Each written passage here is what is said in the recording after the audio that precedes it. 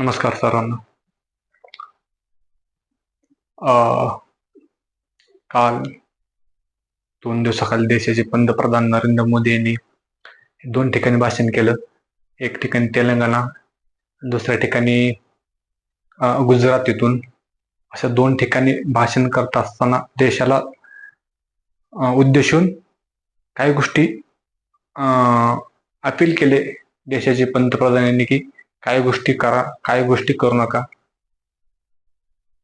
त्यामध्ये सर्वात महत्वाचं एक 4-5 गोष्टी आहेत. एक सोने, दुसरे आहे पेट्रोल डिझेल, तिसरे सार्वजनिक वाहतूक व्यवस्था, चौथे आहे मेट्रो, पाचवे आहे परदेशी प्रवास. अशा ह्या गोष्टी करत असताना भविष्यातील भारत, उज्ज्वल भारताकरता काही गोष्टी आत्ताच बचत करा म्हणून सांगितलंय. तो दृष्टिकोन तसं बघायला तर चांगला आहे. बचत ही काळाची गरज आहे, कुठली का असाना. ह्याचा अर्थ असं नाही की आपल्या देशाला काही गोष्टी कमी आहेत. जर इंधन, कच्चा तेल, आयात ठीक आहे. सध्या युद्ध असल्यामुळे युद्धाचा परिणाम भारतावर काही ठिकाणी झालेला आहे, कुठल्या क्षेत्रामध्ये झाले आहे. पण कच्चा तेल ही अशी गोष्ट आहे त्यावर भारताची अर्थव्यवस्था चलते.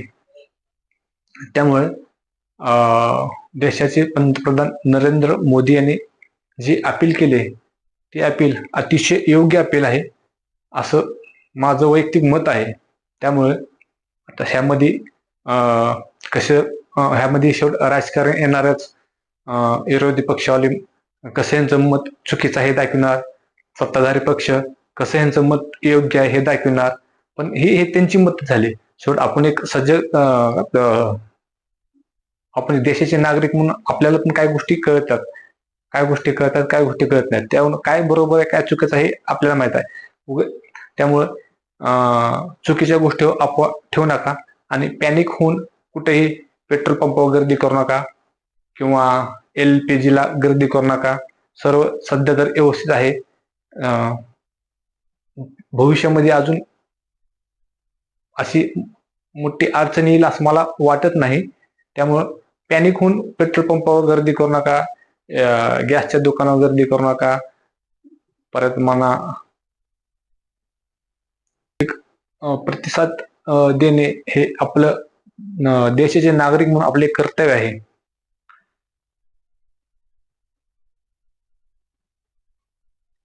सोने खरेदी करू नका सांगितलं, पण जिथं गरज आहे तिथं करा. ह्याचा अर्थ असा आहे, म्हणजे अनावश्यक सोने खरेदी करू नका, पण जर गरज असेल तर नक्की करा असं त्याचा अर्थ आहे. पण त्या शब्दाचा गैरअर्थ भरपूर जण लावले. त्यामुळं कोणी पण तसं समजू नका की पूर्णपणे सोने खरेदीवर बॅन आहे, असं कुठेही नाही. तुम्ही सोने खरेदी करू शकता.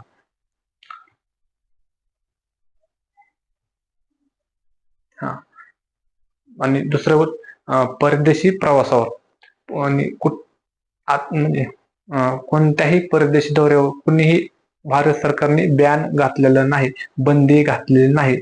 तुम्ही जाऊ शकता, पण आवश्यक असेल तर जावा असं आव्हान केलं आहे.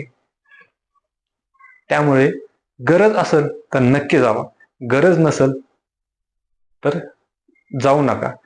अर्थात फिरण्यासाठी देशाच्या प्राईम मिनिस्टरनी जी देशाला उद्देशून बोलले त्या गोष्टीला शक्य होईल तेवढं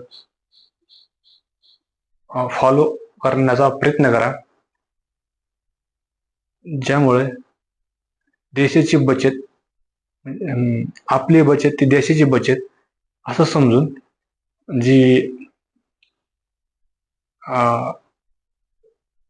देशाचे पंतप्रधानांनी आपल्याला उद्देशून जे सांगितले त्या गोष्टीबद्दल. चला ठीक आहे. जय हिंद, जय महाराष्ट्र.